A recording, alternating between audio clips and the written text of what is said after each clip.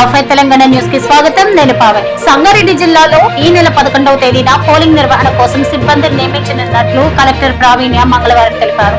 103 మంది రిటర్నింగ్ అధికారులు, 103 మంది అసిస్టెంట్ రిటర్నింగ్ అధికారులు, 649 మంది ప్రిసైడింగ్ అధికారులు, 649 మంది అసిస్టెంట్ ప్రిసైడింగ్ అధికారులు, 1948 మంది ఇతర పోలింగ్ అధికారులు, 73 మంది మైక్రో అబ్జర్వర్లు, 49 మంది జోనల్ ఆఫీసర్లను నియమించనున్నట్లు చెప్పారు. రామచంద్రపురం డివిజన్ మయూరి నగర్ కాలనీలో సుమారు ₹1 కోటి వ్యయంతో నిర్మించిన అత్యాధునిక థీమ్ పార్క్ ను మంగళవారం కార్పొరేటర్ పుష్ప నాగేష్ యాదవ్ ప్రారంభించారు. GHMC open gym, greenery, electrical విభాగాల నిధులతో ఈ పార్క్ ను సర్వాంగ సుందరంగా తీర్చిదిద్దారు. ప్రజలకు ఆహ్లాదకరమైన వాతావరణం, పిల్లలకు ఆట స్థలం అందుబాటులోకి తీసుకురావడమే తమ లక్ష్యమని కార్పొరేటర్ తెలిపారు. కిషన్ రావు అంటూ సీఎం రేవంత్ చేసిన విమర్శలకు కేంద్ర మంత్రి కిషన్ రెడ్డి కౌంటర్ ఇచ్చారు. నా పేరును మార్చే అధికారం మీకు లేదు. రేవంత్ కౌన్ అని మీరు గర్వంగా చెప్పుకున్నారు. మీరు పేరు, మతం మార్చుకున్నా మాకు అభ్యంతరం లేదు. మజ్లిస్ తో మీరు కాపురం చేసినన్ని రోజులు మేము నిప్పులు పోస్తాం. కేసీఆర్ కు నేను దత్తపుత్రుడినని విమర్శించారు. నేనెవరికి దత్తపుత్రుడిని కాదు అని ఢిల్లీలో ప్రెస్ మీట్ లో మండిపడ్డారు.